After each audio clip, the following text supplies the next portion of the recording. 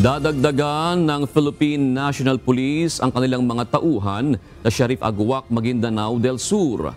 Kasunod ito ng nangyaring barilan sa pagitan ng supporters ng mayoralty aspirants sa huling araw ng filing ng Certificate of Candidacy kahapon.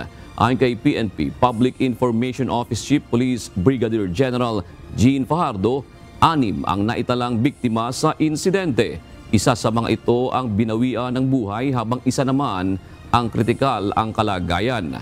Kaugnay nito, nilinaw ni Fajardo na hindi pa naman maituturing na election-related ang insidente dahil hindi pa nag-uumpisa ang election period.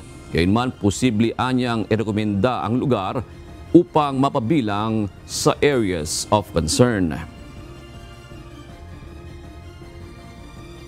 Well, this will be considered definitely because kasama po dun sa parameters kung ang isang area po ay meron po tayong reported ng mga occurrence po ng politically motivated incidents po, including during the current election na time po, ay definitely makakasama po tong areas na ito, at least doon po sa level po ng yellow category, kung ang saan ang nakalagay po doon na election areas of concern, kung saan there is an existing intense political rivalry. Meron po tayong occurrence ng suspected politically motivated incidents, at of course, yung pong mga possible proliferation po ng loose firearms, and of course, yung mga local threat groups po doon sa area.